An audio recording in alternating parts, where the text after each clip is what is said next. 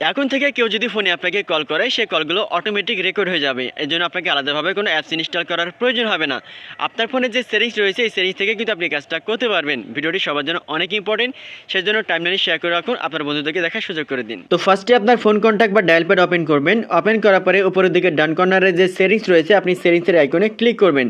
Click করার পরে 2 নম্বর অপশনে দেখেন লেখা আছে অ্যানেবল অটো কল রেকর্ডিং। কারো ফোনে কল রেকর্ডার, কারো ফোনে কল রেকর্ডিং অপশন থাকতে পারে, আপনি এই অপশনটা অন করবেন। অন করার পর থেকে যেটা হবে, আপনি যার সাথে ফোনে কথা বলেন না কেন বা যে আপনাকে ফোনে কল করুক না কেন, সমস্ত কলগুলো কিন্তু অটোমেটিক রেকর্ড হয়ে যাবে।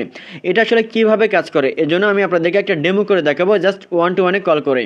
তো দেখতে পাচ্ছেন 1 to 1 কল করার সাথে সাথে কিন্তু এখান থেকে রেকর্ডিং হওয়া শুরু হয়ে গেছে। আপনি যখন এখান থেকে আপনার কলটা যখন কেটে দিবেন তখন কিন্তু অটোমেটিক কিন্তু এই কলটা কিন্তু রেকর্ড হয়ে যাবে। এখান থেকে আপনি রেকর্ডিং অপশনটা আপনি দেখবেন কিভাবে। আপনার ফোনের যে ফাইল ম্যানেজার আছে, আপনার ফোনের ফাইল ম্যানেজারে রেকর্ডিং অপশনে গেলে কিন্তু আপনি খুব সহজে কিন্তু এই রেকর্ডিংটা আপনি দেখতে পারবেন। সো এভাবে খুব সহজে কিন্তু আপনি কল রেকর্ডিং করতে পারবেন। আবার যদি কল রেকর্ডিং অপশনটা বন্ধ করার প্রয়োজন হয়, আপনি জাস্ট এই সেটিংসে আসার পরে এটা বন্ধ করে রাখবেন।